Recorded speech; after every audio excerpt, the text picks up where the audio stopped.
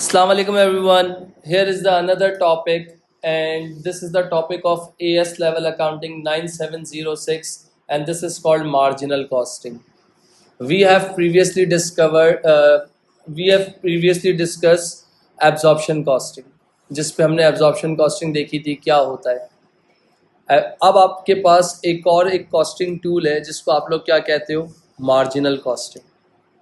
अब marginal costing के अंदर चैप्टर ब्रेकअप है कि इस चैप्टर में आप लोगों को ने पढ़ना किया है. जैसे फॉर एग्जांपल कि what is the meaning of marginal cost, और I can say that variable costing, और इसको आप वेरिएबल कॉस्टिंग भी कहते हो. आप उसमें देखोगे कि वेरिएबल कॉस्ट क्या होती है, आप देखोगे कि फिक्स कॉस्ट क्या होती है, आप देखोगे सेमी वेरिएबल कॉस्ट क्या होती है, और जिसकी डेफिनेशंस वगैरह मैं आपको प्रीवियसली लिखवा चुका था अगर आपको याद हो. इसी तरीके से फिर आप देखोगे फॉर एग्जांपल कंट्रीब्यूशन क्या होता है, आप देखोगे ब्रेक इवन एनालिसिस वो क्या होता है आपके पास, मार्जिन ऑफ सेफ्टी क्या होता है, टारगेट प्रॉफिट क्या होता है, और फिर उसके बाद break even points in units और डॉलर किस तरह निकालते हैं. फिर आपके पास लिमिटेशंस और अजम्पशंस ऑफ ब्रेक इवन क्या होती हैं. इसके बाद फॉर एग्जांपल आप क्या करोगे, रेलिवेंट टेक्निक. आप basically marginal costing is based on break even analysis, आपके पास limiting factors, and the third one is for example decision making, and the fourth one is profit. और आपके पास प्रॉफिट स्टेटमेंट यानी एब्जॉर्प्शन और marginal की profit statement बात करती हो. तो आप क्या करोगे, मार्जिनल कॉस्टिंग देखोगे कि यार कब बनाना है, कब खरीदना है. इसके बाद लिमिटेड रिसोर्सेज देखोगे, यूजेस एंड बेनिफिट्स और लिमिटेशन ऑफ मार्जिनल कॉस्टिंग देखोगे, और आखिर में reconciliation between absorption and profit marginal statements देखोगे. तो अगर मैं मार्जिनल कॉस्टिंग की अगर आप सबसे बात कर रहा हूँ तो मार्जिनल कॉस्टिंग का जो दूसरा नाम है उसको आप लोग क्या कहते हो, वेरिएबल कॉस्टिंग. क्या कहते हो बेटा, वेरिएबल कॉस्टिंग. गौर से सुनते रहिएगा कि ये होती क्या है. सही है, इसको आप लोग क्या कहते हो, वेरिएबल कॉस्टिंग भी कहते हो. अब मार्जिनल कॉस्टिंग की अगर मैं डेफिनेशन की बात करूँ ना, the cost of producing one extra unit, एक एक्स्ट्रा यूनिट बनाने की कॉस्ट. आपके पास इधर सुन लीजिएगा पहले, the cost of producing one extra unit, एक एक्स्ट्रा यूनिट बनाने की कॉस्ट. फॉर एग्जाम्पल इधर देखिएगा, marginal costing is a costing method that only consider marginal cost which are those incurred when one extra unit is produced.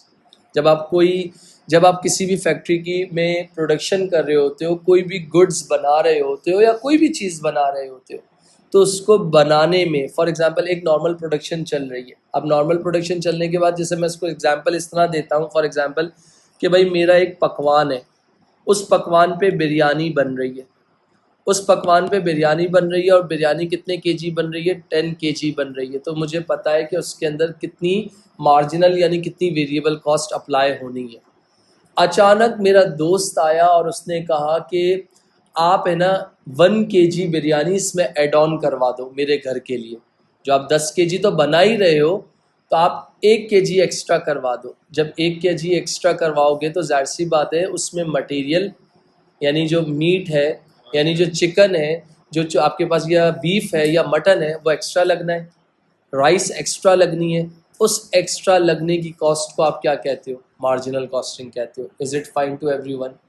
अब for example आपको पता है कि जब आप कोई चीज़ प्रोड्यूस करते हो तो इतना तो पता है कि cost of direct material, cost of direct labour और जितनी भी दूसरी वेरिएबल कॉस्ट लग रही हैं उससे आपकी प्रोडक्शन क्या हो जाएगी, इंक्रीज़ हो जाएगी. 1 एक्स्ट्रा यूनिट, 1 केजी एक्स्ट्रा बनाने से, 1 केजी एक्स्ट्रा बनाने से तो आपकी वेरिएबल कॉस्ट क्या हो जाएगी, इंक्रीज़ हो जाएगी. तो इसका मतलब वो क्या कहलाता है, मार्जिनल कॉस्टिंग कहलाता है. अच्छा, मार्जिनल कॉस्टिंग जब आप यूज़ करते हो, मार्जिनल कॉस्टिंग कहाँ कहाँ यूज़ होती है, दिस इज़ वेरी इंपॉर्टेंट बात.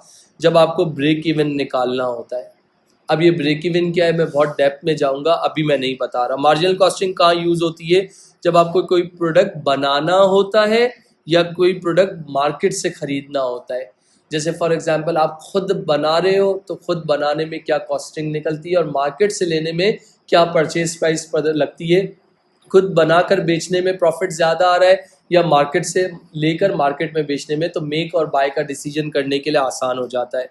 इसके बाद कोई आपके पास स्पेशल ऑर्डर आपको मिला हुआ है, आपके पास फैक्ट्री में जगह है, कोई स्पेशल ऑर्डर है तो उसको बनाने का फैसला करना कि यार वो ऑर्डर हम बनाएंगे या नहीं बनाएंगे। इसके बाद आपके पास जो भी फैक्ट्री के अंदर लेबर की या मटेरियल की रिस्ट्रिक्शन आ जाना, जिसको हम लिमिटिंग फैक्टर कहते हैं, तो वो भी मार्जिनल कॉस्टिंग के अंदर आता है। फॉर एग्जांपल अब यहाँ पर देखिएगा, जैसे कि अब जो मैं बात समझाना चाह रहा हूँ वो इस जगह पे देखिएगा, एक वर्क एग्जांपल दी हुई है आप लोगों को। आउटपुट यूनिट कितने दिए हुए? 100, 101, 102 और 103। दीज आर द यूनिट्स बेटा, प्लीज़ कॉपी नहीं कीजिएगा। हर यूनिट बनाने की टोटल फिक्स कॉस्ट कितनी है? 5000, 5000, 5000, 5000। मार्जिनल कॉस्टिंग का क्या कहती है कि fix cost remain constant. Fix cost को हम क्या ट्रीट कर लेते हैं? As a period cost treat कर लेते हैं। फिक्स कॉस्ट को हम जब कंट्रीब्यूशन निकाल लेते हैं तब हम क्या करते हैं? एक साथ माइनस कर देते हैं। अब यहाँ पर वेरिएबल कॉस्ट कितनी थी बेटा? 100 यूनिट्स पे कितनी है? 1000। यूनिट्स बढ़े तो वेरिएबल कॉस्ट क्या हो गई? बढ़ गई। यूनिट्स बढ़े तो वेरिएबल कॉस्ट क्या हो गई? बढ़ गई। यूनिट्स बढ़े तो वेरिएबल कॉस्ट क्या हो गई? बढ़ गई। तो इसका मतलब जितने यूनिट्स तुम बढ़ाओगे तो टोटल वेरिएबल कॉस्ट क्या हो जाएगी? बढ़ती जाएगी। अब सुनिएगा, अगर मैं तुमसे कहता हूँ मेरी फिक्स कॉस्ट और वेरिएबल कॉस्ट दोनों को प्लस कर लिया तो मेरे पास क्या आ गई? टोटल कॉस्ट आ गई। Is it fine? अब जो मेरे पास यहाँ क्या वर्ड लिखा हुआ है आपके पास? मार्जिनल कॉस्ट का वर्ड लिखा हुआ है। तो मार्जिनल कॉस्ट का दूसरा नाम क्या होता है? ये चीज़ मैंने आपको बताई थी, उसको आप क्या बोलते हो? वेरिएबल कॉस्ट पर यूनिट भी। वेरिएबल कॉस्ट पर यूनिट आपकी हर साल क्या है? कांस्टेंट है, वो नहीं बढ़ रही। तो वो कांस्टेंट अगर मैं आपसे बात कर रहा हूँ तो यहाँ पर देखिएगा कि यार मेरे पास पहले कितनी थी? 100 यूनिट्स थे तो मेरी पर यूनिट कॉस्ट कितनी थी? कुछ भी नहीं थी। मेरे यूनिट 101 हुए तो मेरी वेरिएबल कॉस्ट स्टिल अपनी जगह पे पर यूनिट कॉस्ट क्या कांस्टेंट है। तो मैंने कहा 101 को ज़रा मल्टीप्लाई कर लो कितने से? 10 पर यूनिट से। तो मेरे पास टोटल वेरिएबल कॉस्ट अब कितनी आ गई? 1010। फिर इसके बाद मेरे यूनिट्स बढ़े मगर पर यूनिट वेरिएबल कॉस्ट मेरी वही कांस्टेंट थी, तो मेरी टोटल वेरिएबल कॉस्ट क्या हो गई? चेंज हो गई। इसी तरीके से मेरा यूनिट बढ़ा, पर यूनिट कॉस्ट मेरी क्या थी? कांस्टेंट थी, मल्टीप्लाई कर दिया तो मेरी वेरिएबल कॉस्ट क्या हो गई? बढ़ गई। तो इसका मतलब कंक्लूजन क्या निकला कि आपके पास इस बात को यहाँ पर देख लेना, variable cost change in line with the level of production. जब प्रोडक्शन इंक्रीज होती है, सुन लेना, जब किसी प्रोडक्ट बनाने की प्रोडक्शन कॉस्ट इंक्रीज हो रही है तो साथ में आपके पास यूनिट्स इंक्रीज हो रहे हैं, तो उसका मतलब है उसकी वेरिएबल कॉस्ट भी क्या होगी? इंक्रीज हो जाएगी। मगर जो वेरिएबल कॉस्ट पर यूनिट है वो अपनी जगह पे क्या रहेगी? कांस्टेंट रहेगी। Is it clear? फिर नीचे एक और पॉइंट लिखा हुआ है, यहाँ देख लीजिएगा, fix cost have not change with the increase in level of production. Fix cost अपनी जगह पे रहती है। जैसे फॉर एग्जांपल रेंट हो गया, फॉर एग्जांपल एक सर्टेन टाइम तक रेंट हमारा क्या है? फिक्स है। यूनिट ज़्यादा हो, ज़्यादा बने या कम बने, हमें कोई फ़र्क नहीं पड़ता। इसकी एग्जांपल मैं इस तरह देता हूँ, एक कॉलेज है या फॉर एग्जांपल एक पकवान है। हमने पकवान की एग्जांपल उठाई, तो पकवान पे जो बिरयानी बननी है या अदर सामान फूड बनना है तो इसका मतलब उस जगह का जो रेंट है वो क्या है? फिक्स्ड है। ऐसा नहीं है कि बिरयानी ज़्यादा बढ़ाऊंगा तो रेंट लैंडलॉर्ड जो है कि रेंट बढ़ा देगा। तो फिक्स कॉस्ट क्या है? अकॉर्डिंग टू मार्जिनल कॉस्टिंग वो चेंज नहीं होती। फिर उसके बाद नीचे आ जाओ, एक और पॉइंट लिखा हुआ है, the variable cost are the marginal cost. आपके पास वेरिएबल कॉस्ट को आप क्या कहते हो? मार्जिनल कॉस्ट भी कह रहे होते हो। फिर उसके बाद यहाँ पर आपके पास बड़ा इंपॉर्टेंट फैक्टर शुरू हुआ है, इसको देखिएगा, टाइप ऑफ मार्जिनल कॉस्टिंग, यानी मार्जिनल कॉस्टिंग की टाइप्स क्या होती हैं। सुनिएगा, अगर मैं आप सब बच्चों से एक बात करता हूँ यहाँ पर, within the marginal costing model it is important to distinguish between the type of cost. Fixed cost are not considered. तो डिफरेंट डिफरेंट तरह की कॉस्ट होती है जो हम पहले भी डिस्कस कर चुके हैं। सबसे पहली कॉस्ट क्या है आपके पास? मैं बात कर रहा हूँ वेरिएबल कॉस्ट। वेरिएबल कॉस्ट क्या है कि फॉर एग्जांपल कि आपके पास यूनिट्स, लेवल ऑफ प्रोडक्शन अगर आपका इंक्रीज हो रहा है, यानी लेवल ऑफ प्रोडक्शन आपका इंक्रीज हो रहा है, तो इसका मतलब डेफिनेटली आपकी टोटल वेरिएबल कॉस्ट भी क्या होगी? इंक्रीज हो जाएगी। यूनिट्स बढ़ा रहे हो तो इसका मतलब वेरिएबल कॉस्ट भी क्या हो रही है? इंक्रीज हो रही है। फिर इसके बाद सेकंड आपके पास क्या है?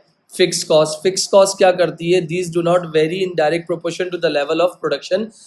फिक्स कॉस्ट का ताल्लुक आपकी प्रोडक्शन से नहीं होता। आपके पास प्रोडक्शन बढ़ाओ या कम करो, फिक्स कॉस्ट अपनी जगह पे क्या है? कांस्टेंट है। फिक्स कॉस्ट चेंज नहीं होती। जैसे कि फॉर एग्जांपल रेंट हो गया, सुपरवाइज़र की सैलरी हो गई या कोई इंश्योरेंस हो गया, जो इस तरह की चीज़ें हो गई। फिर उसके बाद एक आपके पास आता है जिसको आप लोग क्या बोलते हो? सेमी वेरिएबल कॉस्ट, जो पार्शियली फिक्स भी होती है और पार्शली वेरिएबल भी होती है, जैसे कि for example telephone cost which have a line rental but a variable cost called charges. जैसे मैं आपको इसको इस तरह समझाता हूँ, जो पकवान के अंदर गैस का मीटर लगा हुआ है, गैस का या इलेक्ट्रिसिटी का मीटर, हम गैस के मीटर की बात करता हूँ, तो गैस के मीटर के अंदर जो एक स्पेसिफिक जो मेरे पास गैस मीटर रेंट है या कोई इस तरह का कोई वर्ड है, तो वो हमारा फिक्स्ड है, वो चेंज नहीं होगा, मगर हमारे नंबर ऑफ यूनिट्स पे डिपेंड करेगा। जितने गैस के यूनिट्स चलेंगे उतनी वेरिएबल कॉस्ट क्या होगी, ज़्यादा आएगी। इसको इस तरह समझ लो, एक और एग्जांपल से, आपके घर का इलेक्ट्रिसिटी का बिल, अगर आप घर बंद करके उम्रे पे चले जाओ फिर भी आपका बिल आना है, ज़ीरो नहीं आएगा, फिर भी कुछ स्पेसिफिक अमाउंट आ रही होगी, फॉर एग्जांपल 1000 या 2000, जो भी जिस एरिया में भी रह रहे हो वो 1000 या 2000 आ रही होगी, वो फिक्स चार्जेस होंगे जो आपको देने ही देने हैं। मगर जो वेरिएबल चार्ज क्या होंगे, देखो फॉर एग्जांपल एक वाइस वर्स रिलेशन है, 100 यूनिट इस्तेमाल कर लिए, 100 यूनिट ज़्यादा इस्तेमाल करोगे तो वेरिएबल कॉस्ट क्या हो जाएगी, बढ़ जाएगी। यूनिट कम इस्तेमाल करोगे तो वेरिएबल कॉस्ट कम हो जाएगी। घर जाके इलेक्ट्रिसिटी के बिल की बैक साइड पे देखना, लिखा होता है 100 से 300 यूनिट का ये रेट होगा, 300 से 700 यूनिट का ये रेट होगा। यूनिट बढ़ रहे हैं, वेरिएबल कॉस्ट पर यूनिट क्या है, वो लोग बढ़ा रहे हैं, चीज़ें कर रहे हैं। मगर समटाइम्स हमेशा क्या देखा जाता है कि भाई जो वेरिएबल कॉस्ट है ना, उसका ताल्लुक किससे है, नंबर ऑफ एक्टिविटी से, या number of activity means production unit से है। तो इसका मतलब ये क्या कहलाएगी, सेमी वेरिएबल, जिसमें हाफ फिक्स भी होगा और हाफ वेरिएबल भी होगा। Is it fine. फिर इसके बाद एक आता है जो डायरेक्ट कॉस्ट, जो मैं बहुत डिटेल में आपसे बात कर चुका हूँ। एक होती है डायरेक्ट कॉस्ट और एक होती है indirect cost. Direct cost are those cost which are identifiable और ट्रेसेबल टू मैन्युफैक्चरिंग और टू मेकिंग एनी प्रोडक्ट। वो कॉस्ट जिसको तुम जो वो कॉस्ट जिसको तुम मेजर कर सकते हो। जैसे कि फॉर एग्जांपल तुम्हें पता है कि यार एक प्रोडक्ट बनाने में डीएम कितना लगना है, डीएल कितना लगना है, डीई कितना लगना है, और दूसरी वेरिएबल कॉस्ट जो भी है वो कितनी लगनी है। तो ये क्या है, these are the measurable, these are the traceable cost बेटा। फिर उसके बाद एक आता है आपके पास indirect cost. Indirect another name of indirect cost, जिसको अभी तुम लोगों ने पढ़ा भी था, जिसको एब्जॉर्प्शन कैस्टिंग कहते हो। इनडायरेक्ट कॉस्ट जिसको तुम ट्रेस नहीं कर सकते, इनडायरेक्ट कॉस्ट जिसको तुम मेजर नहीं कर सकते हो, अंडरस्टैंड नहीं कर सकते हो, तो वो कॉस्ट, जैसे फॉर एग्जांपल जो मेजर नहीं होती तो आप क्या करते हो, अपॉर्शन करते थे, एलोकेशन करते थे, तो बट वो कॉस्ट फिर उससे आप क्या निकालते थे, ओवरहेड्स निकाल रहे होते थे। तो ये आपके पास टाइप ऑफ मार्जिनल कॉस्टिंग है। अब यहाँ पर कुछ एक इलस्ट्रेशन आपके पास दी हुई है कि भाई हर चीज़ के बाद एक छोटी छोटी आपके पास इलस्ट्रेशन है। यहाँ पर देखना इस जगह पे कि Stanley Harden limited manufacture golf balls, आप एक गोल्फ बॉल्स मैन्युफैक्चर कर रहे हो और उसको बेच भी रहे हो इंटरनेशनली। गोल्फ बॉल्स हैं वो सोल्ड हो रही है इन बॉक्स सेट ऑफ 6 बेटा। तो इसका मतलब आपके पास यहाँ पर अगर मैं आपसे बात कर रहा हूँ तो यहाँ पर देखना ड्यूरिंग द ईयर आपके पास 60 सेट्स हैं किसके बेटा, गोल्फ बॉल के, जो आप लोगों ने प्रोड्यूस किए हैं, यानी 60,000 सेट्स आप लोगों ने क्या किए हैं, प्रोड्यूस किए हैं। इज इट क्लियर, यहाँ तक क्लियर बेटा। फिर इसके बाद अगर मैं आपसे बात कर रहा हूँ यहाँ पर, तो इन्होंने बोला जो मटेरियल जो कॉस्ट है पर सेट ऑफ, यानी एक सेट की कितनी है आपके पास बेटा, आपके पास एक सेट की कितनी है बेटा, एक सेट की कितनी है, 4 है, तो आपने कितने सेट बनाए, 6 बनाए, सही है। तो इसका मतलब आपके पास 6 को डिवाइड कर लो, आपके पास 6 सेट्स हैं आपके पास, और आपके पास the material supplier allow a cash discount of 5% if Stanley Harden limited paid early, only 25% of material were paid for taking advantage of this discount, material is a variable cost। तो आपके पास क्या करना है, इन सब की क्या निकालनी है, कॉस्ट निकालनी है। तो अब यहाँ सबसे पहले इधर देखना, मैं किसकी कॉस्ट फाइंड आउट कर रहा हूँ, मटेरियल कॉस्ट फाइंड आउट कर रहा हूँ। मटेरियल की कॉस्ट कैसे फाइंड होगी ये देखिएगा, 2 कंडीशंस आपके पास थी, एक था विद डिस्काउंट और दूसरा था आपके पास विदाउट डिस्काउंट। अगर विद डिस्काउंट में बात कर रहा हूं तो मैंने टोटल सेट्स कितने बनाए, 60,000 सेट्स हैं, और 60,000 पे उन्होंने बोला है कि अगर हम विद अर्ली पे कर देंगे तो हमें कितने % ऑफ मिलेगा, 5% ऑफ मिलेगा। तो इसका मतलब 1 मिनट रुकिएगा, सॉरी 25% ऑफ मिलेगा। तो 60,000 का 25% निकाल लो, कितना होगा जल्दी से बताओ, 15,000 सेट्स हो गए। और एक सेट फॉर एग्जांपल उन्होंने बोला था कि अगर आपने अर्ली पे कर दिया तो $4 की जगह उस पर 5% का डिस्काउंट मिल जाएगा। तो ये क्या हो गया, आपके 15,000 सेट्स हो गए। तो मैंने कहा $4 का ज़रा 5% निकालो, कितना होता है? $4 का 5% निकालो, कितना होता है?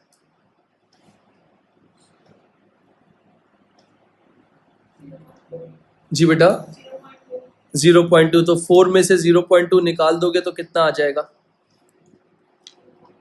3.8। ऐसा ही है, ऐसा ही है। तो आपने यहाँ क्या कर दिया, मल्टीप्लाई बाय 3.8 कर दिया। तो कितना आंसर आ रहा है मुझे बता सकते हो? 50। इज इट क्लियर सबको? इसके बाद अगर हम डिस्काउंट्स अवेल नहीं करते तो 60,000 मल्टीप्लाई बाय आपके पास करो, कितना आ गया? 60,000 मल्टीप्लाई बाय 75% कितना हो गया, बता सकते हो? 45,000। एक मिनट रुकिएगा, आप कह रहे हो 45,000 और प्राइस कोई आपने अर्ली पेमेंट नहीं की है, तो फुल प्राइस कितनी थी? 45,000 इंटू 4 कर दो, कितना हो गया? 1,80,000। तो जो मेरी मटेरियल की कॉस्ट थी वो कितनी आ गई, मुझे बता सकते हो? 57 प्लस 180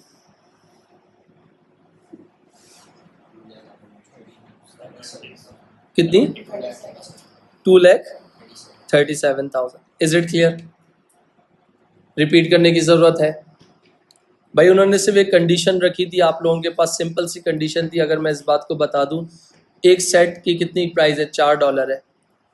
मटेरियल सप्लायर अलाउ कर रहा है कैश डिस्काउंट कितना है? 5%। इफ़ अगर आपने अर्ली पे कर दिया तो जो प्राइस कितनी थी? $4। अगर बच्चा डायरेक्ट इसका 95% निकाल ले तो मुझे बता सकते हो कितना आएगा? 4 का 95% निकाल लो, कितना आ रहा है? 3.8 आ रहा है। मैंने क्या किया, ये 95% क्यों, यानी 100 में से 5 माइनस किया तो 95। या दूसरा तरीका क्या था, $4 का आपने 5% निकाला विच इज़ 0.2, तो पता लग गया कितना माइनस हुआ था। तो आपके पास कितनी वैल्यू आई थी? Is it clear? बोलो यहाँ तक क्लियर बेटा सबको? फिर इसके बाद उन्होंने बोला था कि आपके पास, उन्होंने कहा था कि only 25% of material were paid for taking advantage. इसका मतलब 100% में से 25% है जो इसका एडवांटेज उठा रहे हैं, बाकी 75% एडवांटेज नहीं उठा रहे, जो पूरी फुल प्राइस पे ले रहे हैं। तो ये मटेरियल निकालने के लिए कॉस्ट होती है आपके पास। फिर उसके बाद मटेरियल कॉस्ट के बाद अब दूसरा पैराग्राफ शुरू हो रहा है, इधर देख लीजिएगा। मटेरियल कॉस्ट के बाद अब आपको क्या निकालना है? लेबर कॉस्ट निकालनी है। अब लेबर कॉस्ट कैसे फाइंड करेंगे, उसके लिए आप इस पैराग्राफ को पढ़ लें। अब आपको क्या निकालनी है? लेबर कॉस्ट निकालनी है। अगर जब भी हम इस तरीके से बात करते हैं इंडिविजुअली, तो हमने क्या कर दिया, यहाँ पर क्या निकाल रहा हूँ? लेबर कॉस्ट निकाल रहा हूँ। अब जब लेबर कॉस्ट निकालूंगा तो उसकी वर्किंग क्या, इधर देखिएगा। Labour is paid for a rate of 8 per hour, यानी वो 1 घंटे के हम कितने पैसे देंगे? $8। Unfortunately order can not be completed in normal working hour. Unfortunately मतलब जो नॉर्मल वर्किंग आवर्स में मजदूरों ने काम नहीं बनाया during the year due to staff sickness, क्योंकि वो लोग बीमार हो गए थे।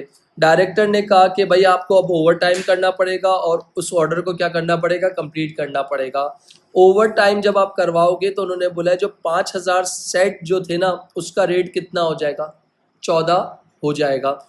और हर सेट की जो बनाने की जो टाइम लगेगा ना, वो कितना मंथ लगेगा? 15 मिनट लगेगा। और labour is a variable cost, क्योंकि material is also a variable cost.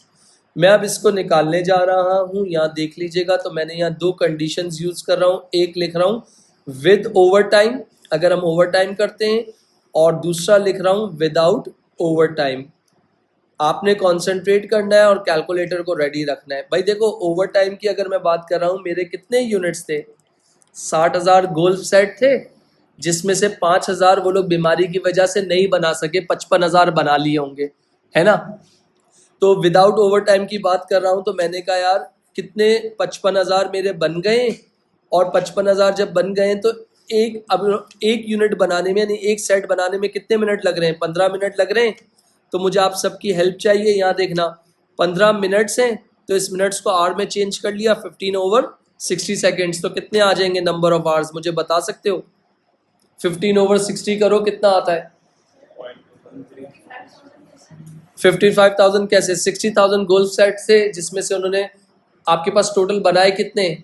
55,000। तो 60 में से फॉर एग्जाम्पल 5,000 निकल गए, तो पीछे इसका मतलब उन्होंने पूरे कंप्लीट कर लिए होंगे 55,000, उसमें ओवर टाइम की जरूरत नहीं होगी। तो 15/60 कितना आ रहा है?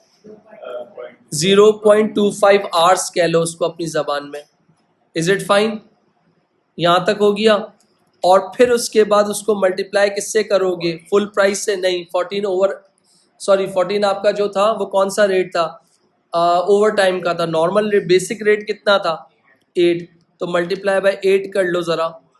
तो अब सुनो मेरी बात, 55,000 मल्टीप्लाई बाय 0.25 मल्टीप्लाई बाय 8, तो आपके पास विदाउट ओवर टाइम की कॉस्ट आ जाएगी कितनी, बता सकते हो? जितनी बेटा? 110,000। Is it fine to everyone? फिर इसके बाद जो 5,000 तुम शॉर्टफॉल थे, बीमारी की वजह से तुम लोग बना नहीं सके थे, तो वो 5,000 किस तरह होंगे? इधर देख लीजिएगा, उसका रेट वही था 0.25 लग रहा है, इनटू अब 8 की जगह किससे मल्टीप्लाई कर देंगे? 14 से कर देंगे। तो ज़रा इनको मल्टीप्लाई करके मुझे बता सकते हो कितना आएगा? 17,500। तो दोनों को प्लस कर दो, तो मेरी लेबर की कॉस्ट कितनी आ जाएगी?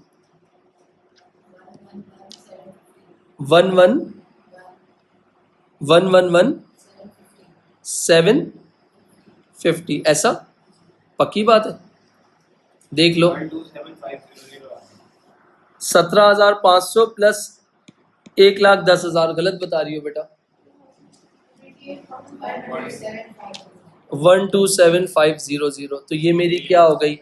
मटेरियल कॉस्ट, जो लेबर वेरिएबल कॉस्टिंग कहलाती है। ये मेरे पास क्या हो गई? लेबर की कॉस्ट, अगेन जो वेरिएबल कॉस्टिंग कहलाती है, जिसको वेरिएबल कॉस्ट का दूसरा नाम क्या है? Marginal costing. Is it fine? तीसरा पॉइंट पढ़ रहा हूँ, इधर देख लीजिएगा, बहुत इंपॉर्टेंट पॉइंट है। जितनी भी मैन्युफैक्चरिंग को ऑल मैन्युफैक्चरिंग कॉस्ट है वो फिक्स्ड है, जिसकी अमाउंट कितनी है? 298,125।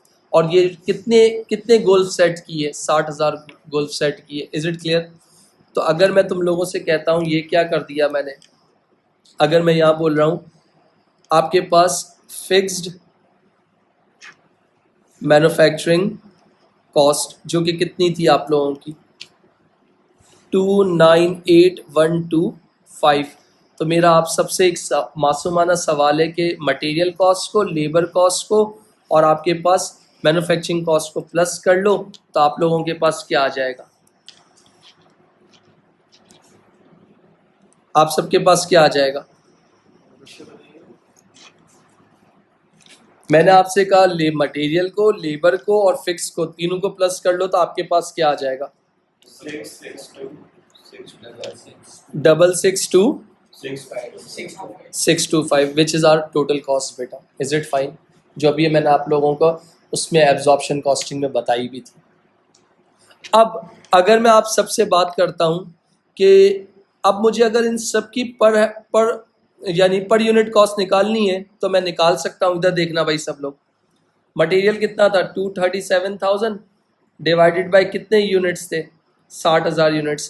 तो एक यूनिट बनाने की मटेरियल कॉस्ट कितनी आ रही है? मुझे कोई बच्चा बता सकता है? मेरे ख्याल से 11.04 आ रही होगी, चेक कर लो।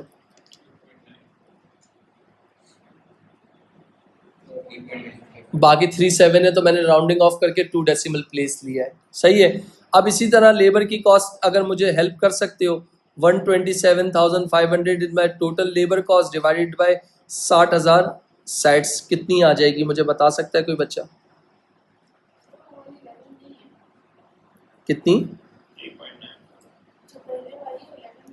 कितनी है? 3 ओके सॉरी 3.95। ये वाली 2.12 यानी 13 कर दें। ओके, और अब इसको कर लें 662,625 डिवाइडेड बाय 60,000, कितना हो जाएगा? 11.04, तो ये पर यूनिट कॉस्ट आ गई। Is it fine? कोई मसला किसी को? यहाँ तक देख लो, कोई प्रॉब्लम बेटा? अब उसके बाद आगे चलो, व्हाट इज कंट्रीब्यूशन? कंट्रीब्यूशन क्या है? अब कंट्रीब्यूशन क्या है? एक की टर्म लिखी हुई है, एग्जाम पर्पस के लिए बात कर रहा हूं। द मनी, सुनिएगा प्लीज बेटा, the money available to pay fix cost, once these are paid contribution become profit. Simple सी बात। एक फॉर्मूला होता है कंट्रीब्यूशन का। कंट्रीब्यूशन क्या बताता है? कंट्रीब्यूशन ये बताता है, सुनना, कि अगर मैं आप सबसे बात कर रहा हूं, sales minus variable cost equal to क्या बनता है? कंट्रीब्यूशन। यानी सेल्स में से अगर मैं वेरिएबल कॉस्ट को माइनस कर दूंगा तो मेरे पास क्या आएगा? कंट्रीब्यूशन। अब ये जो वेरिएबल कॉस्ट का दूसरा नाम क्या है? जगह जगह जब भी वेरिएबल कॉस्ट सुनो तो कंफ्यूज मत होना, वेरिएबल कॉस्ट को हम लोग क्या बोलते हैं? मार्जिनल कॉस्ट भी कहते हैं। Is it fine? अब ये है क्या, सुनते जाना। Contribution is an important part of marginal costing. Absorption में कंट्रीब्यूशन का चक्कर ही नहीं होता। एब्जॉर्प्शन में टोटल कॉस्ट जब हमें निकालनी होती है तो हम क्या करते हैं? डीएम डीएल डी प्लस कर देते हैं, प्राइम कॉस्ट आता है, इनडायरेक्ट कॉस्ट आ जाता है। मगर मार्जिनल कॉस्टिंग क्या कहता है? मार्जिनल कॉस्टिंग अगर ये बात कहता है कि भाई कंट्रीब्यूशन बड़ा इंपॉर्टेंट है। कंट्रीब्यूशन का मतलब हो गया कि वो ये बात बताता है कि कितना पर यूनिट कॉस्ट बाकी है कि मुझे फिक्स कॉस्ट कवर करूंगा तो वो मेरा क्या आ जाए? प्रॉफिट आ जाए। क्या बात बता रहा हूँ? वंस द जब किसी भी प्रोडक्ट बनाने की फिक्स कॉस्ट कवर हो जाती है ना, किसी भी प्रोडक्ट को बनाने में फिक्स कॉस्ट कवर हो जाती है, तो इसका मतलब वहाँ से हमारा क्या शुरू हो जाता है? प्रॉफिट शुरू हो जाता है। तो कंट्रीब्यूशन क्या है? डिफरेंस बिटवीन सेलिंग प्राइस और वेरिएबल कॉस्ट। तो सेल्स में से यानी सेलिंग प्राइस में से वेरिएबल कॉस्ट माइनस कर दो तो आपके पास क्या आ जाता है? कंट्रीब्यूशन आ जाता है। और कंट्रीब्यूशन फॉर एग्जांपल, अगर मैं ये बात कर रहा हूँ कि मेरी जितनी वेरिएबल कॉस्ट कम होगी, मेरी जितनी variable cost of making, cost of production, cost of manufacturing, जितनी मेरी कॉस्ट कम होगी तो मैं उसको इतना अच्छा बेच सकूंगा। जितना अच्छा बेचूंगा तो कंट्रीब्यूशन मेरा क्या होगा? पॉजिटिव होगा। जितना अच्छा कंट्रीब्यूशन होगा और फिक्स कॉस्ट जितनी कम होगी तो उससे मेरा प्रॉफिट क्या हो जाएगा? कम हो जाएगा। तो यहाँ पर क्या लिखा हुआ है, सुनना, द मनी, अगर मैं आप सबसे बात कर रहा हूँ, the money available to pay fix cost, once these are paid contribution become profit. भाई फॉर एग्जांपल लेट्स से कि सेल्स मेरी है 100,000, मेरी वेरिएबल कॉस्ट है फॉर एग्जांपल 80,000, तो सेल्स में से वेरिएबल कॉस्ट माइनस किया तो मेरा कॉन्ट कितना आ गया? 20,000। तो इसका मतलब अब मेरा फिक्स कॉस्ट क्या है? फॉर एग्जांपल अगर मैं आपसे बात कर रहा हूँ, फिक्स कॉस्ट है मेरी 40,000, तो इसका मतलब मुझे फ़ायदा हुआ या नुकसान हुआ? क्यों नुकसान हुआ? क्योंकि मेरा कंट्रीब्यूशन बहुत कम था। एक और एग्जांपल रखता हूँ, 1,00,000 रुपए मेरी सेल्स है, वेरिएबल कॉस्ट मैंने कर लिया कि वेरिएबल कॉस्ट है मेरी 60,000, तो सेल्स में से वेरिएबल कॉस्ट माइनस किया, अब कंट्रीब्यूशन कितना आ गया? 40,000। मगर मेरी क्या फिक्स कॉस्ट कितनी थी? 40,000। तो थोड़ा इम्प्रूवमेंट की तरफ में आया, तो इसका मतलब अब ये क्या हो गया? ज़ीरो। ना फ़ायदा हुआ ना नुकसान हुआ। अभी ब्रेक इवन पे मैं बात नहीं कर रहा, मैंने कहा 100,000 है मेरी और मेरी अब जो कॉस्ट है वो है 30,000, तो 100 में से 30 माइनस किया, कॉन्ट कितना आ गया? 70। फिक्स कॉस्ट कितनी थी? 40, क्योंकि फिक्स कॉस्ट रिमेन कांस्टेंट, तो 70 में से 40 निकाल दिया, कितना आ गया? हाँ, 30,000। तो इसका मतलब जितना अच्छा कंट्रीब्यूशन होगा ना, जितना अच्छा कंट्रीब्यूशन होगा, तो इसका मतलब क्या होगा? डेफिनेशन क्या दी? The money available to pay fix cost. तो इतना पैसा कंट्रीब्यूशन में होना चाहिए कि जो है ना आप फिक्स कॉस्ट को कवर कर लो। अगर फिक्स कॉस्ट कवर हो गई तो वो कंट्रीब्यूशन आपका क्या बन जाएगा? प्रॉफिट बन जाएगा। Is it fine to everyone? फिर उसके बाद यहाँ देखना, कंट्रीब्यूशन 3 तरीके से हम निकाल सकते हैं। सुनना, टोटल कंट्रीब्यूशन की जब बात करता है तो इसका मतलब हम इसको किस में रिप्रेजेंट करते हैं? डॉलर में रिप्रेजेंट करते हैं। किस में करते हैं? वैल्यू में। तो इसका फॉर्मूला क्या होता है? Sales minus variable cost. अगर कंट्रीब्यूशन पर यूनिट में निकालना है तो selling price per unit minus variable cost per unit. और अगर कंट्रीब्यूशन निकालने का एक और तरीका है, जो टोटल कंट्रीब्यूशन यानी जो डॉलर में आया होगा उसको डिवाइड कर दो नंबर ऑफ यूनिट से, तो आपके पास क्या आ जाएगा, एक यूनिट बनाने का कंट्रीब्यूशन पर यूनिट। तो सर इन शॉर्ट सेल में से अगर मैं वेरिएबल कॉस्ट सारी माइनस कर देता हूं तो कंट्रीब्यूशन में से अगर मैं फिक्स कॉस्ट माइनस कर देता हूं तो मेरा क्या आ गया, प्रॉफिट। अब इन अदर वर्ड्स जो कंट्रीब्यूशन है ना वही तुम्हारा क्या है, फिक्स कॉस्ट प्लस प्रॉफिट। कैसे सर, यहाँ देखना, सीधी जहर तरीके से आएंगे, कंट्रीब्यूशन में से फिक्स कॉस्ट को माइनस करते हैं तो क्या आ जाता है, प्रॉफिट। तो अगर आपके पास प्रॉफिट गिवन है और फिक्स कॉस्ट गिवन है, कंट्रीब्यूशन निकालने का बोलेगा, तो इसका मतलब ये प्रॉफिट आपके पास, ये फिक्स कॉस्ट माइनस हो रहा है, इक्वल टू के बाद जाके क्या हो जाएगा, प्लस हो जाएगा। तो यानी फिक्स कॉस्ट प्लस प्रॉफिट, तो तब भी आपका क्या बनता है, कंट्रीब्यूशन बनता है। Is it fine to everyone? कोई मसला बेटा? इसके बाद यानी हर चीज को ब्रेक करके स्टेप बाय स्टेप, जैसे एब्जॉर्प्शन पढ़ाया था तो ब्रेक किया, एलोकेशन, अपॉर्शन, रीअपॉर्शन का एक स्टेप बताया, चैप्टर ब्रेकअप जिसको आप कहते हो। फिर उसके बाद एग्जाम्पल करवा के OAR बताया, फिर उसके बाद एग्जाम्पल करवा के अंडर ओवर बताया, फिर एग्जाम्पल करवा के टोटल कॉस्ट बताया, फिर एग्जाम्पल बता के आपके पास सेलिंग प्राइस या कोटेड प्राइस बता दिया। इसी तरीके से मार्जिनल के अंदर हमने सबसे पहले अभी स्टार्ट किया है जो बेसिक थ्योरी थी। अब कंट्रीब्यूशन के बाद, इसके बाद नेक्स्ट हम लिखेंगे कैसे ब्रेक इवन फाइंड करेंगे। तो अब ये कैलकुलेशन ऑफ क्या लिखी हुई है, कंट्रीब्यूशन कैसे निकालेंगे, सुनना, ऊपर वाली एग्जांपल से कनेक्टेड चीज़ है। एक यूनिट की मेरी सेलिंग प्राइस कितनी है, 18, और मेरी वेरिएबल कॉस्ट कितनी है, और मेरी फिक्स कॉस्ट कितनी है। तो इसका मतलब जो मेरी दोनों चीज़ें दी हुई है ना, वो किस में दी हुई है, सुनना भाई, ये है पर यूनिट और ये भी पर यूनिट, मगर ये मेरी पर यूनिट में नहीं है। तो क्या मैं इसको पर यूनिट में निकाल सकता हूँ? क्या मैं इसको पर यूनिट में निकाल सकता हूँ? मैं आपको दोनों तरीके बताऊंगा कि वैल्यू में कैसे निकालते हैं और पर यूनिट में कैसे निकालते हैं। तो सबसे पहले इधर आइएगा सब लोग। मैंने कहा सेल्स हैं, कितने गोल्फ सेट्स थे, 60,000 प्रोड्यूस किए थे।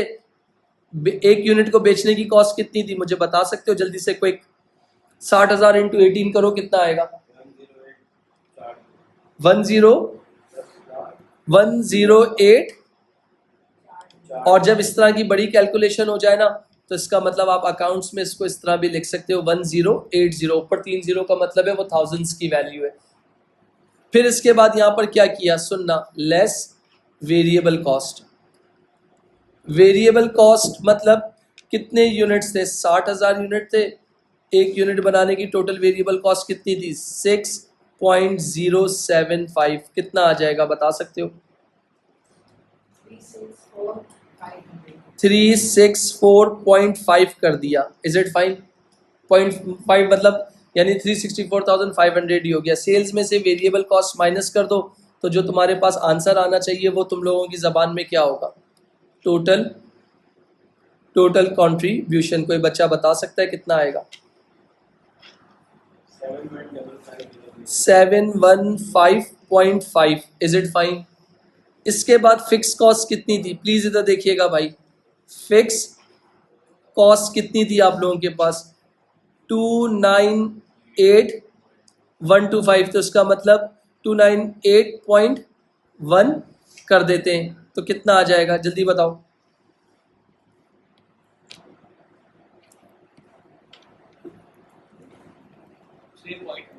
एक मिनट रुक जाइएगा, वरना रुकें, क्योंकि 125 है तो आपके पास 1 2 3 और ये कितना था 500। इसको माइनस करने के बाद कितना आया था 715,500, और फिक्स कॉस्ट कितनी थी 298,125। तो मेरे पास बता सकता है कोई बच्चा टोटल कॉस्ट, सॉरी प्रॉफिट कितना आ गया? एक मिनट बेटा, 417375। Is it fine? Is it fine?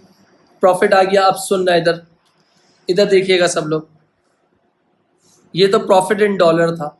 अगर मैं तुम सबसे कहता हूं कि दूसरा तरीका क्या है, यानी सेलिंग प्राइस पर यूनिट कितनी थी, सेलिंग प्राइस पर यूनिट कितनी थी 18, वेरिएबल कॉस्ट पर यूनिट कितनी थी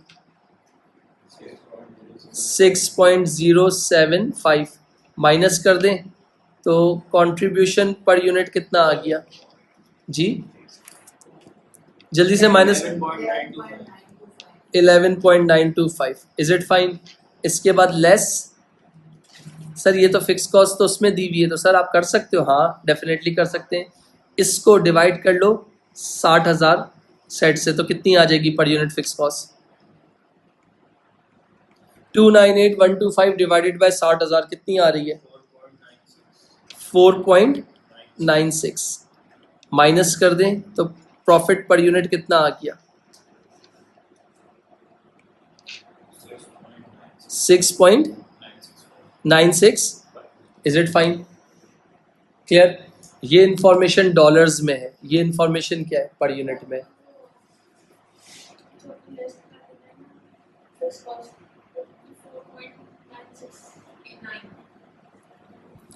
आप इसको डिवाइड करें जरा, भी पता लग जाएगा। 298,125 डिवाइडेड बाय 60,000 कितना आ रहा है बेटा? 4.969। थैंक यू बेटा, 4.969। माइनस कर दीजिए जरा इसमें से, इसको कितना आंसर आ रहा है?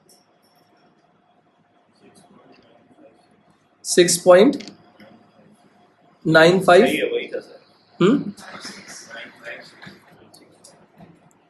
6.9।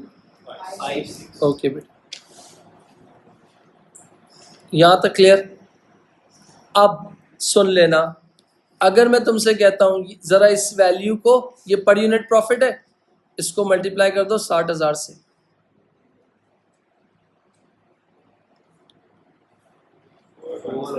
यही बन रहा है। हाँ, वो कोई डेसिमल का वेरिएशन। यहाँ तक क्लियर? ये क्या है? Total profit. और ये क्या है? एक यूनिट बनाने का प्रॉफिट। तो तुमने कितने यूनिट बनाए? 6.95। कितने यूनिट बनाए? 60,000 यूनिट्स बनाए। तो आपके पास एग्जामिनर पूछ सकता है कि पर यूनिट वैल्यूज कैसे निकालोगे और उसमें कैसे निकालोगे। Is it clear to everyone? इसका एक और शॉर्टकट बता दूं, सुनना, इधर देखना, ये क्या लिखा हुआ है तुम लोगों के पास? इसको तुम अपनी ज़बान में क्या कह रहे हो? Total contribution. और इसको तुम अपनी ज़बान में क्या कह रहे हो? Contribution per unit. तो इसका एक और तरीका है कि जब आपको एग्जामिनर बोले कि आपको टोटल कंट्रीब्यूशन निकालना है, तो सुनना कैसे निकालोगे। कंट्रीब्यूशन पर यूनिट 11.925 था और कितने यूनिट्स थे? 60,000। तो ज़रा मल्टीप्लाई करो, कितना आ जाएगा? 715500। फिक्स कॉस्ट कितनी थी आपके पास? 298,125। तो प्रॉफिट कितना आ गया? 417,375। तो देख लो स्टेटमेंट कितनी हो गई? कंसाइज हो गई। Is it fine? Clear? This is the funda of contribution. Contribution के बाद आपको क्या निकालना है? Break even analysis. This is very important part, जो आप ओ लेवल बिजनेस और आपके एएस लेवल अकाउंट्स में पढ़ते हो। ओ लेवल जो बच्चे ने बिजनेस पढ़ के आया है, क्योंकि ओ लेवल्स और आईजीसीएसई में तो ब्रेक इवन होता नहीं है, मगर बिजनेस स्टडीज के अंदर होता है। अब ये है क्या ब्रेक इवन? सुनना, one of the most important marginal costing technique is a break even analysis। marginal costing के अंदर break even analysis आप क्यों करते हो? आपको ये चीज़ आइडेंटिफाई करता है कि आपने फॉर एग्जांपल कितना आउटपुट, कितने यूनिट बनाने हैं जिससे आप प्रॉफिट में चले जाओ या आपका लॉस पता लग जाए। तो ब्रेक इवन क्या है? वो पॉइंट, सुन लीजिएगा, ब्रेक इवन वो चीज़ है, वो पॉइंट जहाँ टोटल रेवेन्यू और टोटल कॉस्ट आपस में क्या हो जाए। ये देखिएगा, टोटल रेवेन्यू और टोटल कॉस्ट आपस में क्या हो जाए? कंसाइड कर जाए। तो this point is called break even in dollars, और I can say that break even in units. बेटा, एक कॉलेज है, एक कॉलेज नया नया या एक एकेडमी नई नई ओपन की है, तो फिजिबिलिटी बनाते हो, इन्वेस्ट करते हो। तो इन्वेस्ट करने के बाद एक प्लान होता है कि यार हमें 500 बच्चा चाहिए कॉलेज को प्रॉफिट में लाने के लिए। तो जब 500 बच्चा आ जाएगा ना, यानी 500 से 500 और 500 से ऊपर जितना भी बच्चा होगा वो सारा हमारा क्या होगा? प्रॉफिट होगा। अगर 500 से नीचे आया तो हमारा लॉस होगा, और अगर 500 आ गया तो हमारा क्या होगा? ब्रेक इवन हो जाएगा। प्लीज़ बेटा यहाँ कॉन्सेंट्रेट कर लीजिएगा।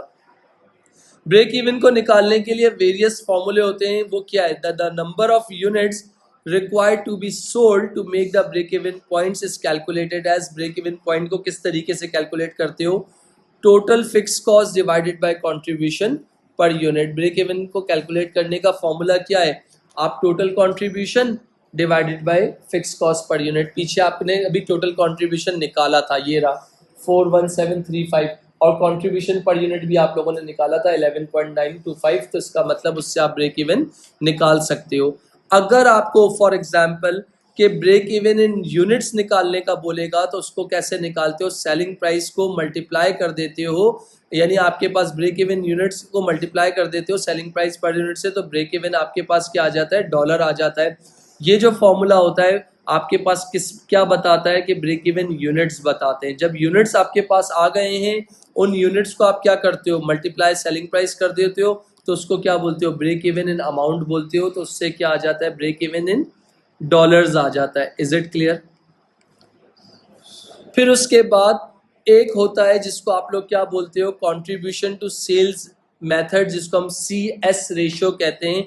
उसका फॉर्मूला क्या होता है, कंट्रीब्यूशन यानी total fix cost divided by total contribution divided by sales. तो ये जो CS रेशियो होता है वो कैसे निकलता है, वो इस तरीके से निकलता है कि टोटल कंट्रीब्यूशन को डिवाइड कर दो सेल से, तो आपके पास क्या आ जाएगा, उसको आप क्या कहते हो, CS रेशियो कहते हो। इधर सुन लेना प्लीज बेटा, अब जो बात करने जा रहा हूँ, मैंने कहा ब्रेक इवन पॉइंट्स वो होता है जिसमें टोटल रेवेन्यू और टोटल कॉस्ट आपस में क्या हो जाए, इक्वल हो जाए, तो उससे क्या होता है, सो नाइदर प्रॉफिट और नॉट लॉस, तो उससे आपको ना प्रॉफिट होता है ना आपको नुकसान होता है, और उसको कैलकुलेट करने का फॉर्मूला मैं आपको ऊपर ऑलरेडी बता चुका हूँ।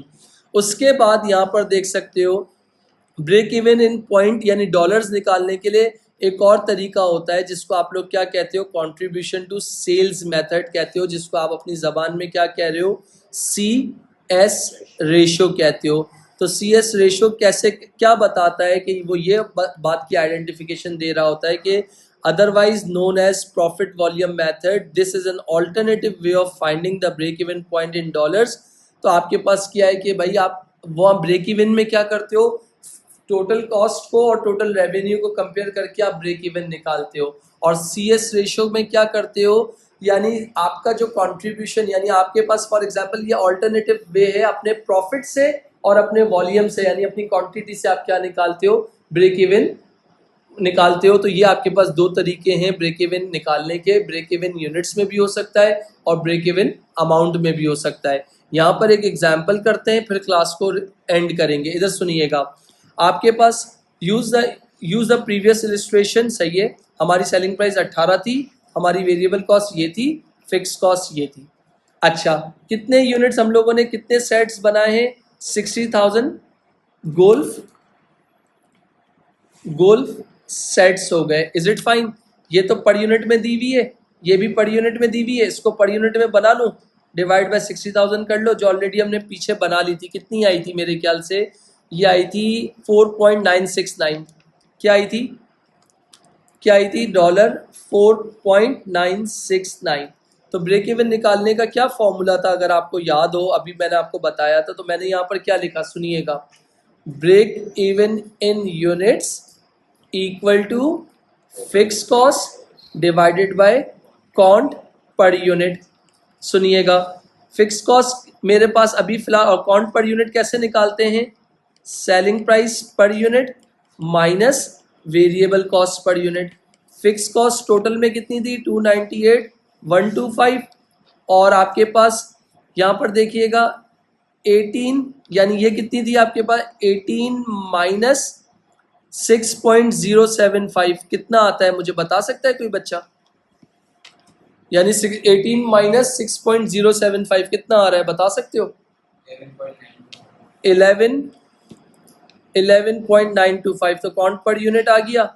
तो फिर ब्रेक इवन यूनिट्स, इसको फिक्स कॉस्ट को डिवाइड कर लो कॉन्ट पर यूनिट से, तो कितना आ जाएगा, कितना, 25,000। ये क्या हो जाएगा मेरा, गोल्फ बॉल्स बनाऊंगा, इतनी बॉल बनाऊंगा तो मेरे पास क्या होगा, इतनी बॉल सेट्स बनाऊंगा तो मैं किस पे क्या अचीव कर लूंगा, ब्रेक इवन अचीव कर लूंगा। Is it fine to everyone? कोई मसला? अब उसके बाद बोला सर ये तो आपने क्वांटिटी बताई है, तो ब्रेक इवन इन डॉलर्स कैसे निकाल लेंगे? तो मैंने कहा कोई बात नहीं। तो मैंने कहा ब्रेक इवन डॉलर निकालने का फॉर्मूला है break even units multiply by selling price per unit. तो इसका मतलब एक यूनिट, कितने यूनिट्स बनाए? 25,000 बनाएंगे। एक यूनिट बनाने की सेलिंग प्राइस कितनी है? 18। तो क्या आ जाएगा ब्रेक इवन इन डॉलर्स? कितना आ जाएगा? 4,50,000। तो इसका मतलब अगर मैं 25,000 गोल्फ बॉल्स बनाऊंगा तो मैं ब्रेक इवन अचीव करूंगा, और अगर मैं फॉर एग्जांपल 4 यानी उसको वैल्यू में निकालूंगा तो कितनी वैल्यू आ जाएगी? 4,50,000। Is it fine? फिर उसके बाद अगर मैं आपको बोलता हूं अगर यही चीज़ मुझे किससे निकालनी है? सी एस रेशो से निकालनी है। तो सी एस रेशो से निकालने के लिए उसका फॉर्मूला क्या होता है? ये देखिएगा, फिक्स कॉस्ट डिवाइडेड बाय आपके पास सी एस रेशो। इधर देखिएगा, फिक्स कॉस्ट कितनी थी? 298,125 divided by C S ratio. कैसे निकालते हैं याद है? अभी अभी बताया था। तो यहां पर क्या किया? Total contribution divided by total sales. इधर देखते जाइएगा प्लीज। टोटल कंट्रीब्यूशन कितना था? टोटल कंट्रीब्यूशन हमने पीछे निकाला था, कहाँ है? ये रहा। टोटल कंट्रीब्यूशन कितना है? 715500। तो मैंने कहा इधर देखिएगा 715500। टोटल सेल्स कितनी थी वो भी हमने पीछे निकाली थी, कितनी थी? 108 और 40। तो यहाँ देखिएगा 108 1 2 3 4। तो मेरा सी एस रेशो कैसे निकल जाएगा बता सकता है कोई बच्चा? 0.6625। तो मेरा इससे मुझे बता सकते हो कि कितना आ जाएगा? 4,50,000। Is it fine to everyone? कोई मसला? अगर देख लो मैं इतने इतने यूनिट्स बनाऊंगा यानी इतनी बॉल बनाऊंगा तो मैं ब्रेक इवन पे आ जाऊंगा, यानी ना नफा ना नुकसान।